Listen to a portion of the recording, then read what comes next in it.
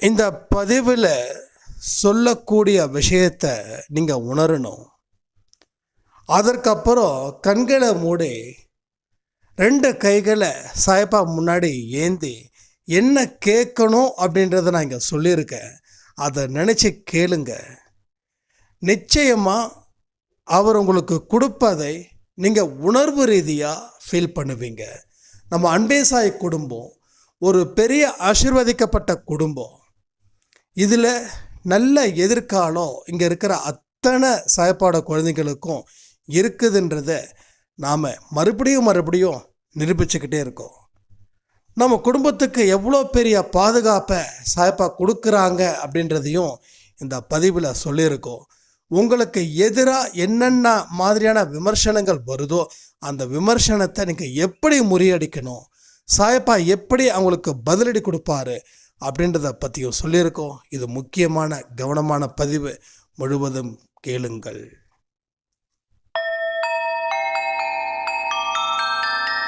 ஓம் சாயிரா சாயிரா, ஓம் சாயிரா சாயிரா, ஓம் சாயிரா சாயிரா, அன்பே சாயிரா, பேரன்பே சாயிரா, அகிலம் தளிக்க ஆத்மா விழிக்க அனுதினம் சாயிரா, எங்கள் அன்பே சாயிரா.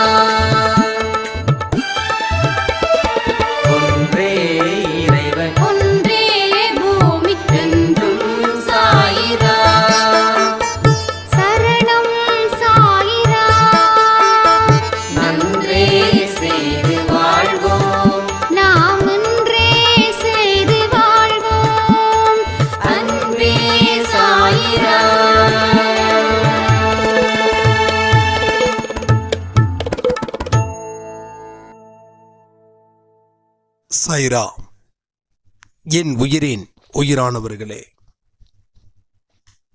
நம்மளை பற்றி பொதுவாக சில உறவுகள் தப்பும் தவறுமா பேசும். அந்த இடத்துல மனசு ரொம்ப கஷ்டப்படும். கோபமாக இருந்துச்சுன்னா ரத்தம் கொதிக்கும். என்னை போய் இப்படி சொல்கிறாங்களே, ஏன் என் மேலே இவ்வளோ பெரிய வீண் பழிய சுமத்துறாங்க,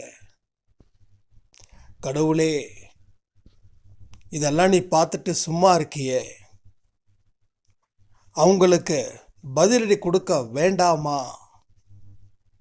எத்தனை நாள் தான் நான் பொறுத்து போகிறது, கடும் மன உளைச்சல்ல நான் ஆளாகி நிற்கிறேன், என் வாழ்க்கை தோ போய்கிட்டே இருக்குது கொஞ்சம் கொஞ்சமாக, செய்யாத தப்புக்கும் நான் தான் அனுபவிச்சுட்டு இருக்கேன், வாழ்க்கையில் நிம்மதி அப்படின்றது இல்லை, வாழணுமா அப்படின்னும் எனக்கு தோணலை அப்படின்னு நிறைய மனுஷங்க உறவுகளால் நொந்தப்பட்டு இருப்பாங்க. இது நிச்சயமாக அவங்களுக்கு உண்டான ஒரு பதிவு. இந்த பதிவை நல்லா ஃபுல்லாக கவனிங்க. நிச்சயமாக உங்களுக்கு சொல்லப்படாத ரகசியங்களும் சாயப்பாவால் இந்த பதிவில் 100% சொல்லப்படும். வாழ்க்கையில் நாம் சந்தோஷமாக இருக்கணும்னா நம்மளை சுற்றி இருக்கிறவங்க நம்மளை சந்தோஷமாக வச்சாதான் நாம் சந்தோஷமாக இருக்க முடியும். ஆனால் எதிர்பதமாக நடந்துடுச்சுன்னா வாழ்க்கையே முடிஞ்சிடுச்சு. அந்த நிலை தான் எல்லா மனுஷனுக்கும், உங்களுக்கு இல்லை எனக்கும் இல்லை, எல்லாருக்கும் அதுதான். ஸோ இங்கே தான் இந்த சோதனை ஆரம்பமாகுது. இதை நீ எப்படி எதிர்கொள்கிறன்றதை பொறுத்து தான் உன் வாழ்க்கை அமைய போகுது. நம்ம நினைக்கிறோம் வாழ்க்கையில் நான் நினச்ச மாதிரி எல்லா மனுஷங்களும் இருக்கணும், நான் நினச்ச மாதிரி எல்லோரும் என்னை புகழணும், நான் நினச்ச மாதிரி எல்லோருக்கும் நான் முக்கியத்துவம் வாய்ந்த மனுஷியா இருக்கணும் அப்படின்னு. இது நீங்கள் மட்டும் இல்லை, எல்லா மனிதர்களும் இந்த ஒரு விஷயத்துக்காக தான் படாத பாடுபடுறாங்க. என்னன்னா, தான் ஒரு முக்கியத்துவம் வாய்ந்த மனுஷனாக இருக்கணும், தன்னை எல்லாரும் புகழணும், தன் மீது அன்பு செலுத்தணும். இது மாதிரி எக்ஸ்ட்ரா எக்ஸ்ட்ரா எக்ஸ்ட்ரா அது நிறைய பாயிண்ட்டை சொல்லிக்கிட்டு போயிட்டே இருக்கலாம். ஆனால் இது எல்லாமே நமக்கு கிடைக்குதா? அப்போ நம்மளை புகழ் பாடுற அளவுக்கு நம்ம வாழ்ந்தோமா? இல்லை. நம்ம பெருமை பேசுகிற அளவுக்கு நம்ம செயலில் ஏதாவது புதுமையை கொடுத்தோமா? இல்லை. இல்லை ஏதாவது சாதிச்சோமா? இல்லை. ஆனால் நம்மளுடைய விருப்பம் மட்டும் அப்படிப்பட்டதாக இருக்குது. அது விருப்பத்துக்கு உண்டான வழிகளை நம்ம ஆராய்ச்சி பண்ணோமா? வழிகளை தேர்ந்தெடுத்தோமா? அதுவும் இல்லை. அப்போது எந்த ஒரு விஷயத்தையும் பண்ணாமல் செய்யாமல் நாம் எதிர்பார்த்துட்டு இருக்கோம். ஆனால் என்ன நடக்குது அப்படின்னா, நம்மளை உண்டு இல்லைன்னு செய்வதற்கு ஒரு கூட்டமே உருவாகிடுச்சு. இப்போ இதில் இருந்து தப்பிக்க தான் நம்ம படாத பாடுபட்டு இருக்கோம். ஒரு சைராமுக்கும் ஒவ்வொரு விதமான துன்பங்கள் இங்கே நம்ம அன்பை சாய் குடும்பத்தில் நினச்சா ரொம்ப கஷ்டமாக தான் இருக்குது. அதுக்காக அவங்கக்கிட்ட நான் உங்களுக்காக நான் வருத்தப்படுறேன், கண்ணீர் வடிக்கிறேன், உங்களுக்கு இந்த நிலையா அப்படின்னு சொல்கிறதுக்காக நான் இங்கே வரலை. என்னைக்கு நாம் ஒரு விஷயத்தை அதிகமாக கவனிக்கிறோமோ அதுதான் உங்கள் வாழ்க்கையே தீர்மானிக்குது. என்ன இவங்க மதிக்கலை அப்படின்றத நம்ம கவனிக்க ஆரம்பிச்சிட்டோன்னா அவங்க உங்களை மதிக்கவும் மாட்டாங்க, அவங்கள சுற்றி இருக்கிறவங்களும் உங்களை மதிக்க மாட்டாங்க. ஆனால் நீங்கள் அந்த விஷயத்தை கவனிக்கலைன்னா அவங்க உங்களை ரெஸ்பான்ஸ் பண்ணவே மாட்டாங்க. அப்போ அவங்க மதிக்கணுன்றதுக்காக நம்ம பலவிதமான முயற்சிகளை செய்ய என்ன ஆகுதுன்னா அந்த பலன்கள் நமக்கு கிடைக்காமலே போகுது. ஏன்னா உங்கள் பேரை காப்பாற்றிக்கணுன்றதுக்காக நீங்கள் செய்யக்கூடிய அத்தனை முயற்சிகளும் வீணாக போகுது. அதற்கு காரணம் என்ன அப்படின்னா, நம்ம மனசில் அமைதி இல்லாமல் ஏதேதோ நம்ம செஞ்சுக்கிட்டு இருக்கோம். சீக்கிரமாக என்னோட கெட்டுப்போன பேரை நான் நல்ல பெயரை ஆக்கணும் அப்படின்றதுல தீவிரமாக இருக்கும். ஆனால் அதற்கு உண்டான வழிகளை நம்ம எடுக்கிறோம் பாருங்கள், அதுதான் இங்கே மிகப்பெரிய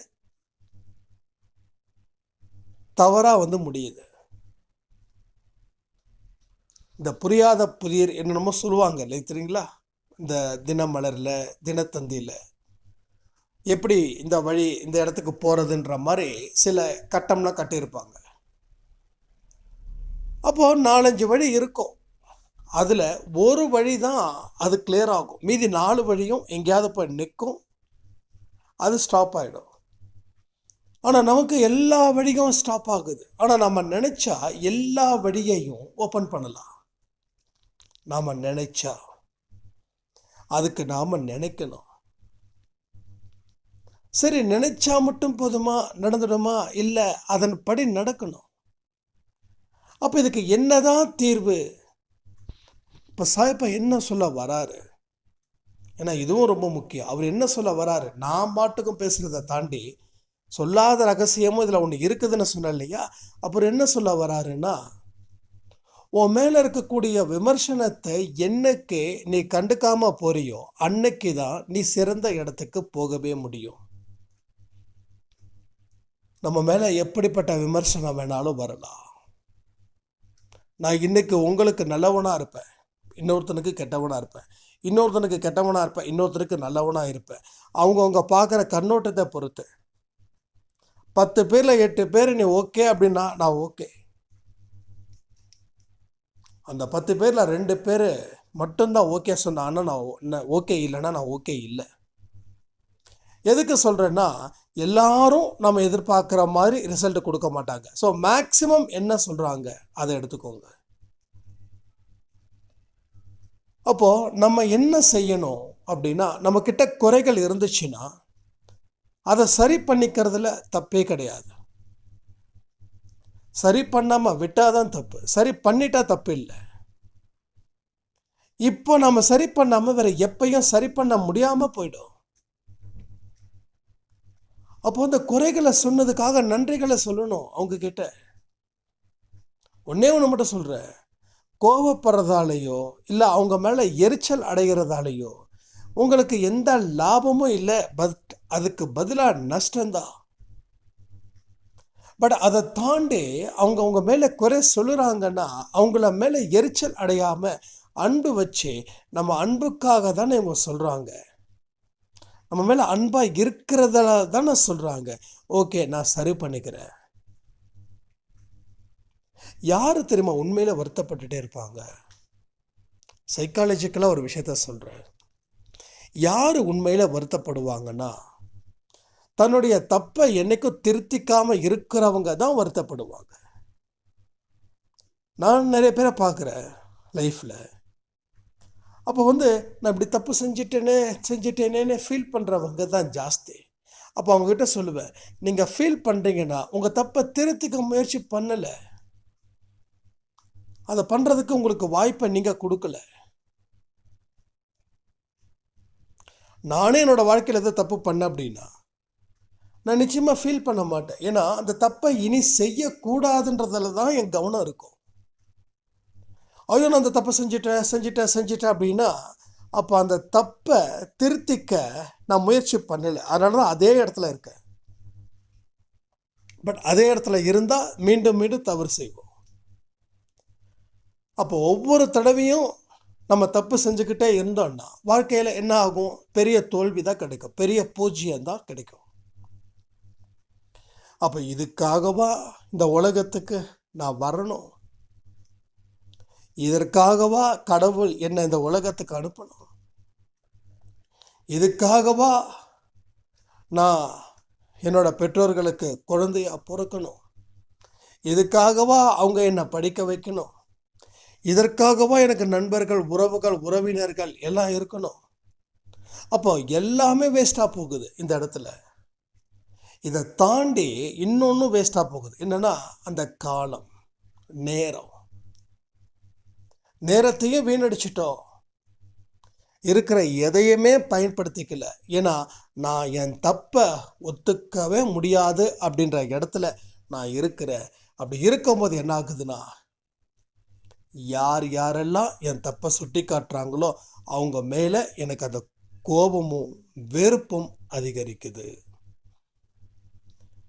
அப்போ என் மனசில் ஒரு அமைதி இல்லை, ஒரு சாந்த குணம் இல்லை, ஒரு எரிச்சல். அறுத்து எடுக்க முடியல. ஏன்? சச்சரிதம் படிக்க முடியல. ஏன்? மனசில் ஒரு ஆழமான அமைதி இல்லை, ஒரு தெய்வீக அமைதி கிடையாது.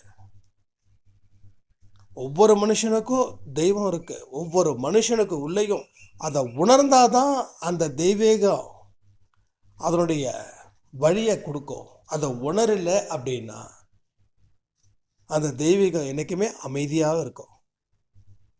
அப்போ நமக்கு உள்ள போயிட்டு அந்த தெய்வீகத்தை தேடும்போது தான் வாழ்க்கைன்றது என்ன அப்படின்றது ஒரு புரிதலுக்கு வரும்.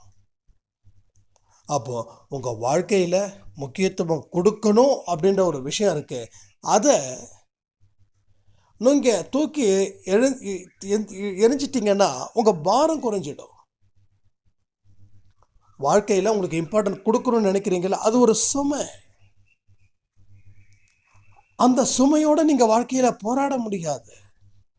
உங்களுக்குன்னு ஒரு இமேஜ் கொடுக்காதீங்க. யாராவது உங்களை இப்படி தான், இது இருந்தால் தான் வாழ முடியும் அப்படின்ற ஒரு நிலையை நீங்கள் உண்டு பண்ணக்கூடாது.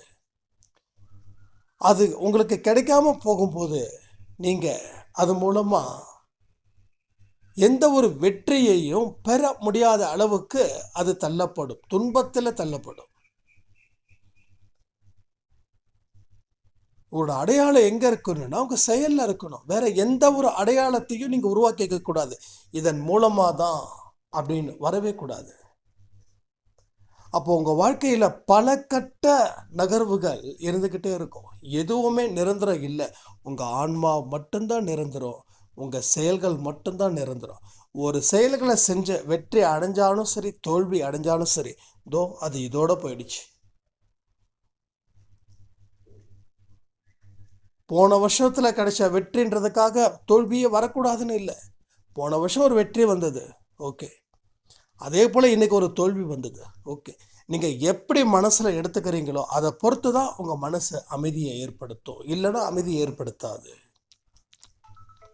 அப்போ உங்களுக்கு எங்கேருந்து இந்த பிரச்சனைகள் வருது அப்படின்னா, எங்கெங்கெல்லாம் உங்களுக்கு அந்த பிரச்சனைகள் ஸ்டார்ட் ஆகுதுன்னு பார்த்தீங்கன்னா, எதையுமே சரியாக கணிக்க முடியாத இடத்துல நாம் இருந்ததால், எதையும் எதிர்த்து ஃபேஸ் பண்ண முடியாமல் இருந்ததால தான் நம்ம வாழ்க்கையில் எதையுமே சாதிக்க முடியல, அமைதியாக இருக்கவும் முடியல, அடுத்தது என்ன அப்படின்றத யோசிக்கவும் முடியல. வாழ்க்கையை பற்றி ஒரு பெரிய வெறுப்புகள் மட்டும்தான் நமக்கு வந்து சேர்ந்ததே தவிர வேறு எந்த விதமான விருப்பமான விஷயங்களும் நடக்கவே நடக்கலை. நடக்காததுக்கு காரணமும் இவைகளே. அப்போது உங்களை யாராவது வம்புக்கு இழுத்தாலோ, இல்லை உங்களை வந்து அவதூறாக பேசினாலோ, இல்லை உங்களை அசிங்கப்படுத்துவதற்காக பல காரியங்களை உங்களுக்கு எதிராக செய்தாலோ, நீங்கள் அந்த இடத்துல மௌனத்தை கடைப்பிடிச்சிங்கன்னா மட்டும்தான் கடவுள் உங்கள் மூலமாக உங்களுக்காக அவர்களிடம் பேசுவார். எல்லா விஷயத்தையும் சாய்பாவை அனுப்பிவிட்ருங்க, அவர் பார்த்துப்பார். நான் அடிக்கடி செய்யக்கூடிய விஷயமே இது ஒன்று தான். யாராவது வம்புக்கு இழுத்தாங்கன்னா சண்டை போடுற அளவுக்கு உடம்புல டயர்டாயிடுச்சு. ஏன்னா நிறைய சண்டை போட்டாச்சு.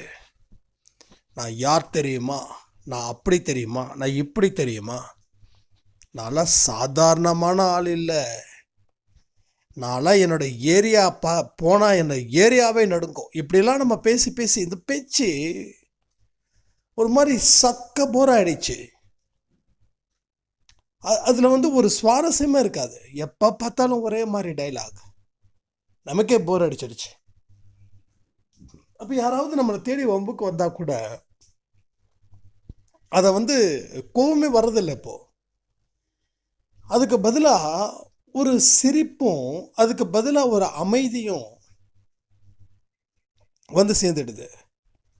ஸோ இதுக்கு முன்னாடி நம்ம வந்து ஒரு இம்பார்ட்டன்ட் நம்ம வந்து கொடுக்கணும், நம்ம சொந்தத்தில் கொடுக்கணும், நம்ம நண்பர்கள் கூட்டத்தில் கொடுக்கணும் அப்படின்னா ஒரு தாட் ப்ராசஸிங் ஓடிக்கிட்டே இருக்கும்.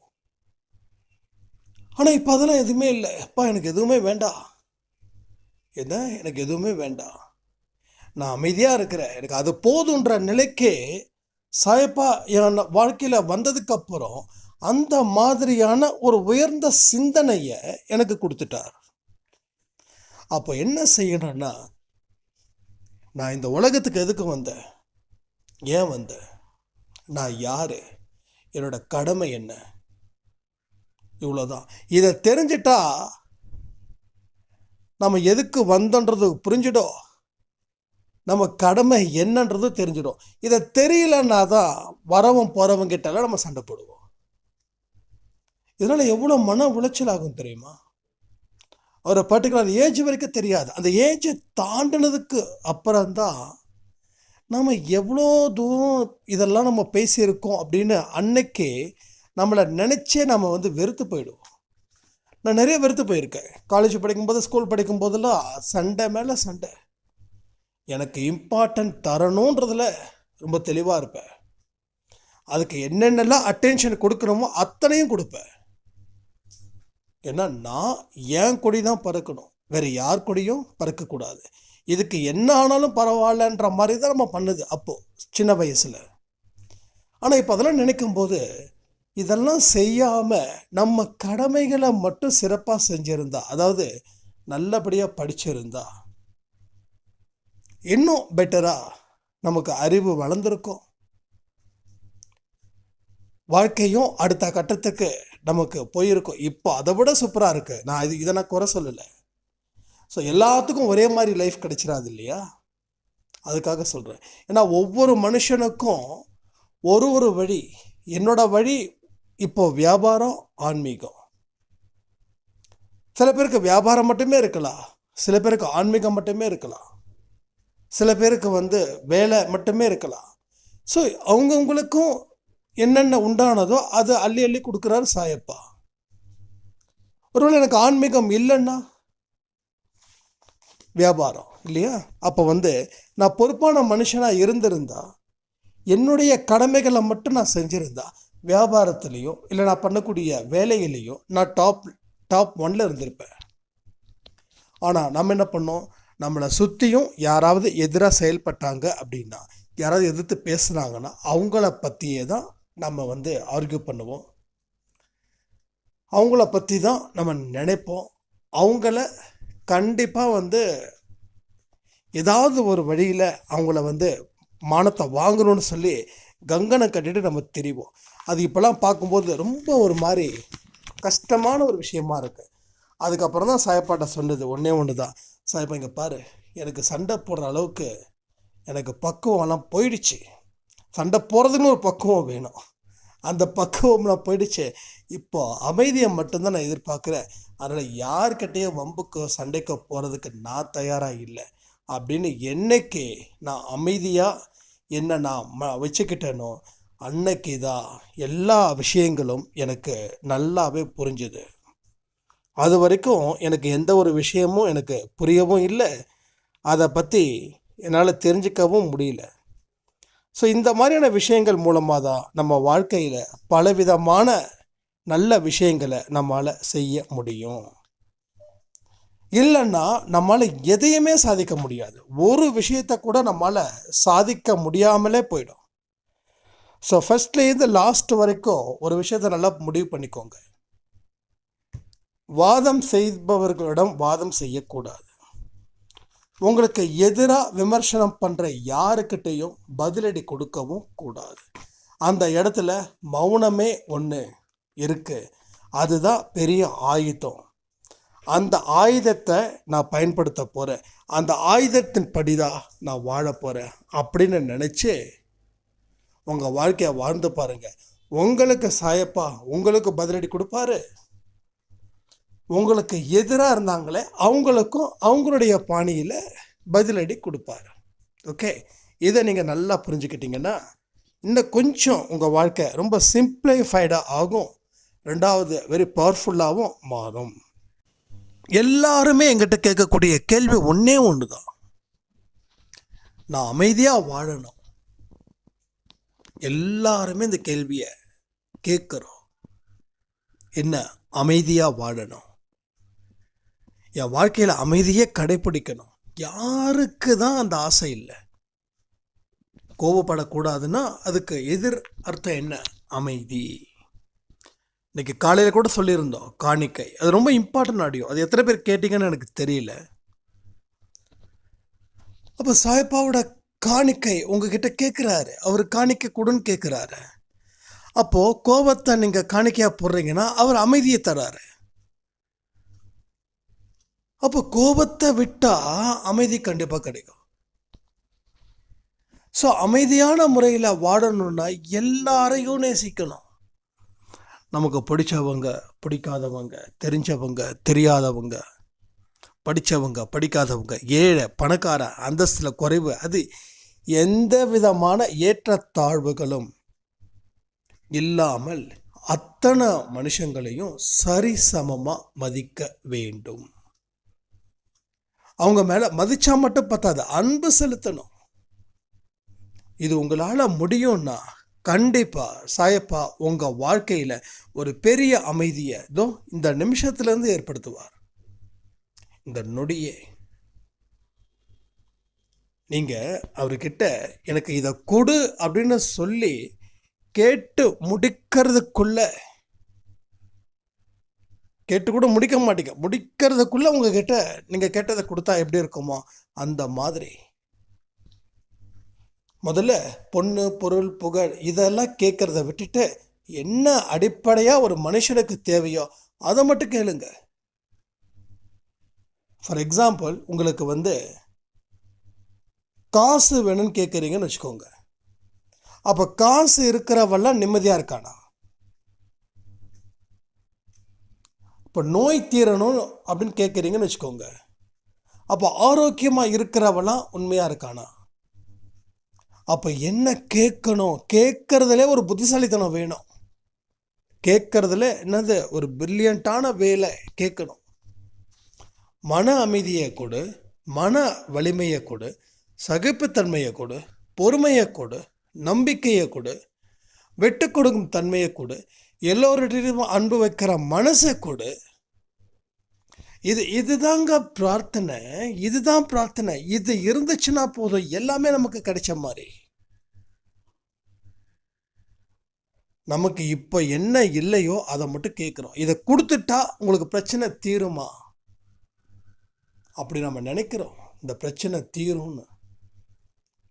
உங்கள் பிரச்சனை எப்போ தீருதுன்னா உங்கள் கர்மா முடியும் போது தான் தீரும். அப்போ பணக்காரனுக்கு பிரச்சனை இருக்குது, ஏழைக்கும் பிரச்சனை இருக்குது, நோயில் இருக்கிறவனுக்கும் பிரச்சனை இருக்குது, ஆரோக்கியமாக இருக்கிறவனுக்கும் பிரச்சனை இருக்குது, படித்தவனுக்கும் பிரச்சனை இருக்குது, படிக்காதவனுக்கும் பிரச்சனை இருக்குது, கல்யாணம் பண்ணவனுக்கும் பிரச்சனை இருக்குது, கல்யாணம் பண்ணாமல் இருக்கிறவனுக்கும் பிரச்சனை இருக்குது.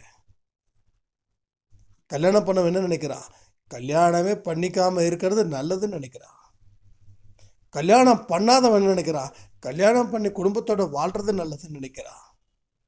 இவங்க ரெண்டு பேரையும் பேச விட்டா இவன் என்ன சொல்லுவா? கல்யாணம் வேண்டான்னுவான். யாரு? கல்யாணம் பண்ணவன். ஆனால் கல்யாணம் பண்ணவன் கல்யாணம் வேணும்னு சொல்லவன் ரொம்ப கம்மி. கல்யாணம் பண்ணவன் கல்யாணம் வேண்டாம் தான் சொல்லுவான். ஏன்னா அது மாதிரி தான் ஆயிடுச்சு இன்னைக்கு. அப்போ எதுவுமே கடைசி வரைக்கும் சந்தோஷத்தை கொடுக்கறதே இல்லை. காதலிக்கும் போது பயங்கர எக்ஸைட்மெண்ட்டில் இருப்போம். நீ இல்லைன்னா நான் இல்லை,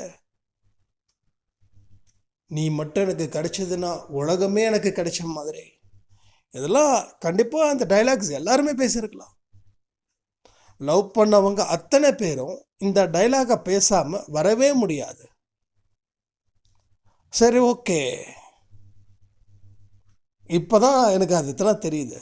ஏன்னா கல்யாணம் பண்ணுறதுக்கு முன்னாடி இருக்கக்கூடிய அந்த காதல், கல்யாணத்துக்கு அப்புறம் ஏன் அந்த காதல் இல்லாமல் போகுது? சரி, நீ இருந்தால் போதும், வேற எதுவும் வேண்டாம்னா வேலை வேண்டாமா? பணம் வேண்டாமா? பணம் இருந்தால் தானே சாப்பிட முடியும். அப்போ எதுவுமே வேண்டாமா? அப்போ நம்ம பாருங்க, நம்ம என்ன நினைக்கிறோம் அது கரெக்டாக நினைக்கிறோமான்னு தெரியல. எல்லாம் அடிச்சு விடு பாயிண்ட்டை. சரி, காதலிச்ச பொண்ணையே கல்யாணம் பண்ணியாச்சு, காதலிச்ச பையனே கல்யாணம் பண்ணியாச்சு. அப்படி பார்த்தா இன்னைக்கு ஓஹோன்னு வாழ்ந்துருக்கணும். வாழ்ந்தோமா? வேற லைஃப்பில் பிரச்சனையே இல்லையா? இதை எதுக்கு நான் சொல்கிறேன்னா, பிரச்சனைகள் அப்படின்றது இதில் தான் முடிஞ்சால் நான் சந்தோஷமாக இருப்பேன் அப்படின்னு நினைக்கிறோம் பாருங்க. அதுதான் அறியாமையினுடைய முதல் படி. அங்கே மட்டும் இல்லை, அதை தாண்டி ஒரு விஷயமும் நடக்குது வாழ்க்கையில். காதலிச்சவங்களும் கல்யாணம் பண்ணியாச்சு. அடுத்தது என்ன? உத்தியோகம் இருக்கா? சரி, உத்தியோகத்தில் நீ சிறப்பாக வேலை பார்க்குறியா? உனக்கு அங்கே பிரச்சனை வர்றது இல்லையா? நீ இருக்கிறது சொந்த வீடா, வாடகை வீடா? உனக்கு வசதியாக இருக்குதா? அப்போது ஒவ்வொரு இடத்துல இருந்தும் ஒரு எதிர்பார்ப்பு கூடிக்கிட்டே இருக்குது. ஸோ எதிர்பார்ப்பை ஃபுல்ஃபில் பண்ணவே முடியாது. அந்த எதிர்பார்ப்பு நடக்கிற வரைக்கும் நடக்கலைன்ற ஆதங்கம் இருக்கு. நடந்துடுச்சுன்னா அது முடிஞ்சது. அடுத்தது என்ன எக்ஸ்பெக்டேஷன் இருக்கு? அந்த எக்ஸ்பெக்டேஷனை என்ன சரி பண்ணலாம்? இப்படி தான் மனுஷனுடைய தொடர்ச்சியாக போய்கிட்டே இருக்குது. அப்போ இதெல்லாம் கேட்கறது உங்கள் வாழ்க்கையில் எந்த நலனையும் ஏற்படுத்தாது, எந்த ஒரு சந்தோஷத்தையும் கொடுக்காது. பட் ரியல் விஷயத்தை எப்படின்னா நம்ம யோசிக்கணும். எது நமக்கு அவசியமோ அதை ஒன்று தான் நம்ம கேட்கணும். அந்த அவசியமானது விட்டுட்டு அவசியம் இல்லாததுக்கு தான் நம்ம இங்கே முயற்சிகள் செஞ்சுக்கிட்டு அதுக்கு நேரத்தையும் காலத்தையும் நாம் ஒதுக்கிக்கிட்டே இருக்கோம்.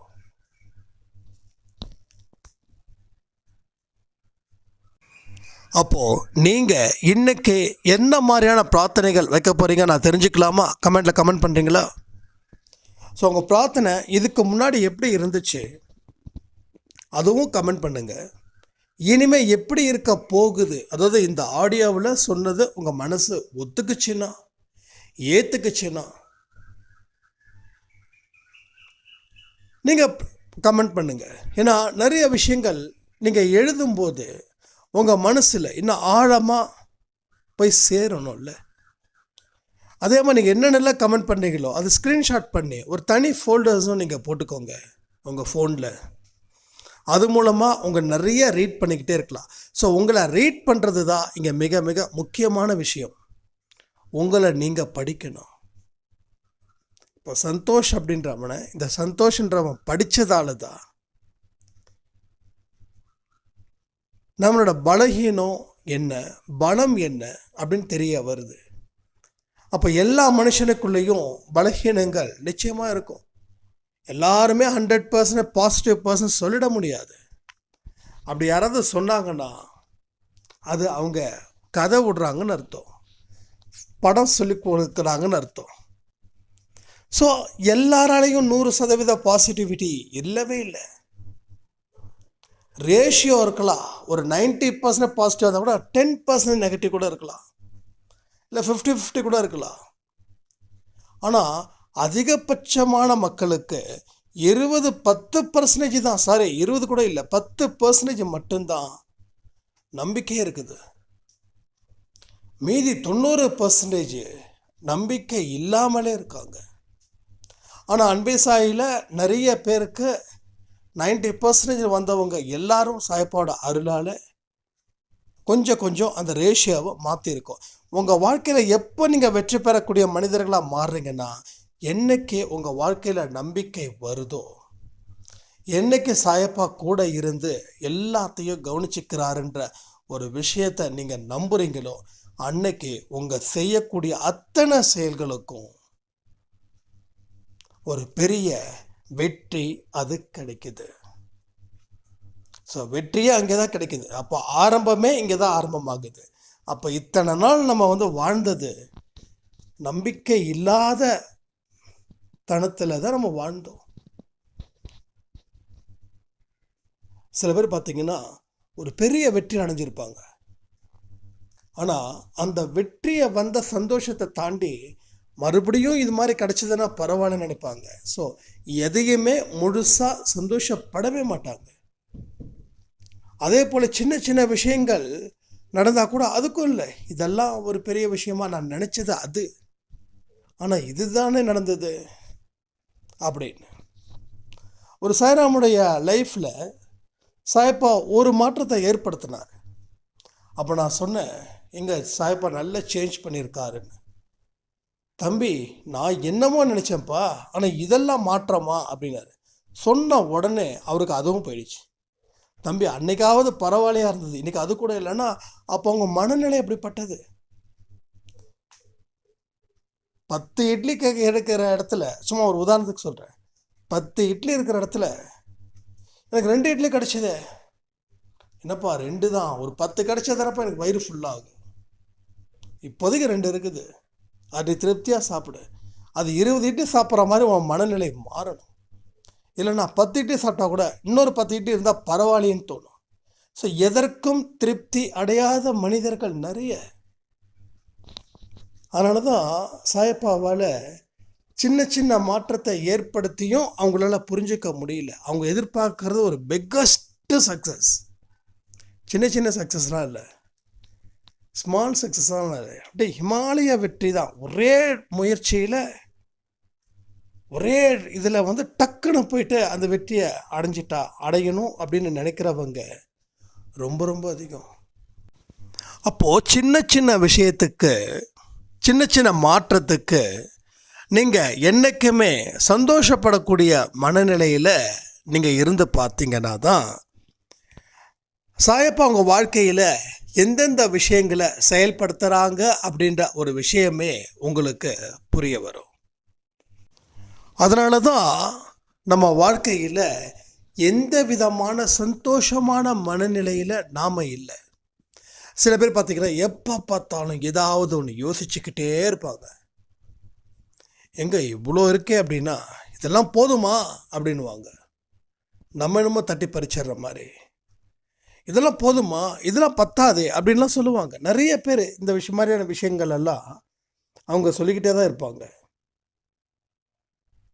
அப்போ நாம அது மாதிரியான மனிதர்களா இல்லாம எவ்வளவுக்கு எவ்வளோ நமக்கு இருக்குதோ அதை ஒரு ஆனந்தமான மனநிலையில் அதை கொண்டாடணும். நீங்கள் கொண்டாடி மட்டும் பாருங்க. நீங்கள் இந்த விஷயத்தை செஞ்சு பாருங்க. இன்னைக்கு என்ன இருக்குதோ அதுக்காக நன்றிகள் சொல்லுங்க. உங்களுக்கு இருக்கக்கூடிய உறவுகளை மனப்பூர்வமாக நேசிக்க ஆரம்பிங்க.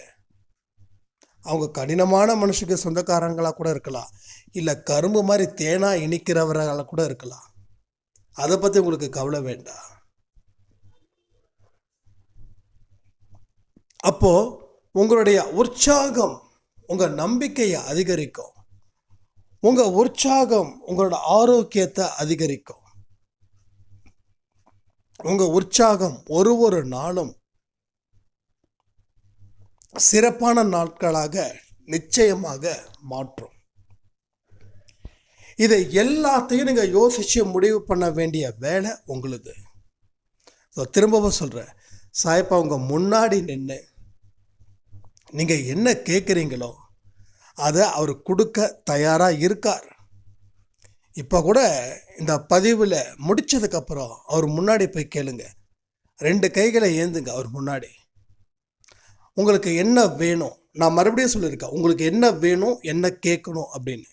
விருப்பம் இருந்தால் அதை கேளுங்க, இல்லைன்னா உங்களுடைய விருப்பத்தின்படி நீங்கள் கேளுங்க. அதை நீங்கள் பெற்றுக்கொண்ட மாதிரி ஒரு கற்பனை பண்ணுங்க. நன்றிகள் சொல்லுங்க. இப்படிப்பட்ட ஒரு வரத்தை என் முன்னாடி, என் மனக்கண் முன்னாடி நீ காட்சி அளித்த சாயப்பாக்க நன்றிகள் சொல்லுங்க. கோடான கோடி நன்றிகள் சொல்லுங்க. நன்றிகள் மூலமாக தான் நம்ம வாழ்க்கையை வெல்லவே முடியும். அன்பின் மூலமாக தான் நம்ம வாழ்க்கையில் வெல்லவே முடியும். பலவிதமான திருப்பங்கள் நிறைஞ்ச வாழ்க்கையில் மனுஷன் எங்கே போகிறது எங்கே வர்றதுன்னு இந்த குழப்பத்தில் இருக்கான் இல்லையா, அவனுக்கும் அந்த குழப்பத்திற்கு ஒரு தீர்வுகள் நிச்சயமாக 100% கிடைக்கும் இந்த நன்றிகள் சொல்வதன் மூலமாக. ஸோ கண்டிப்பாக எனக்கு உங்கள் முன்னாடி உங்கள் மனக்கண்ணில் காட்சி அளிக்கத்தான் போகிறார் 100%. ஸோ உங்களுடைய உணர்வுகள் மூலமாக தான் அவர் பேசுவார். அவர் உங்கள் இதயத்தை தொடக்கூடிய செய்திகளை சொல்லுவார். எப்படிப்பட்ட மனிதர்களாக நீங்கள் இருக்கிறீங்கன்றத அப்போ அந்த காட்சியின் மூலமாக உங்களுக்கு தெரியும். நம்ம அன்பே சாயில நிறைய விஷயங்கள் பேசியிருக்கோம். ஏதாவது ஒரு ரூபத்தில் அவர் வந்து நிற்கிறாங்கன்றத கமெண்ட்டில் அத்தனை பேர் சொல்லியிருக்கும் போது, இதை விட நம்ம குடும்பம் எந்த அளவுக்கு ஒரு ஆசீர்வதிக்கப்பட்டதுன்றதை யோசித்து பார்க்குறீங்களா? ஸோ அன்பே சாய் குடும்பம் அப்படின்றது ஒரு இனிமையான, ஒரு அன்பான, ஒரு நம்பிக்கையை ஏற்படுத்தக்கூடிய குடும்பம். ஒரு சாய்ராம் சொல்லியிருந்தாங்க, அண்ணா எங்கள் வீட்டில் என்னோட பெண் குழந்தை 18 வயசு, அவள் வந்து காதலிக்கிறா, அதை நான் கண்டுபிடிச்சிட்டேன். ரொம்ப ஃபைட் பண்ணான். ஆனால் எனக்கு கோபமான கோபம், அந்த கோபத்துக்கு பஞ்சமே கிடையாது. அந்த நேரத்தில் எனக்கு நம்ம அன்பே சாயில் ஒரு ஆடியோ பதிவை நான் கேட்டேன். முதல்ல திட்டிட்டு அப்புறம் கேட்கலாமான்னு பார்த்தேன். இல்லை கேட்டுட்டு அப்புறமா நம்ம திட்டலான்னு சொல்லி அதுக்கப்புறம் நான் திட்டவே இல்லை. இன்னைக்கு காலையில் என்கிட்ட சொல்கிற என் பொண்ணு, அம்மா எந்த காரணத்தை கொண்டும் உனக்கும் அப்பாவுக்கும் தலை குனிவு இருக்காது, கண்டிப்பாக நான் அந்த பையனை வேண்டான்னு சொல்லிட்டேன், அந்த பையனுடைய கேரக்டர்ஸ் ரொம்ப ஒஸ்ட்டாக இருக்குது அப்படின்னு சொல்லி எனக்கு சொன்னான் அப்படின்னு. ஸோ கடவுள் அவருடைய அருள் இருக்கிற குழந்தைங்களுக்கு அவர் பெரிய ஒரு பாதுகாப்பு கேடயமாக இருக்கிறாருன்றத நீங்கள் புரிஞ்சுக்கோங்க. ஸோ எல்லாமே இங்கே சுமூகமாக நடக்கும். எல்லாத்துலேயும் வெற்றியை நம்ம காணலாம். நாம் நிச்சயமாக ஒரு பெரிய சரித்திரத்தை படைக்கலான்னு சொல்லி இந்த ஆடியோவை நான் முடிக்கிறேன். ஜெய் சாய்ராம்.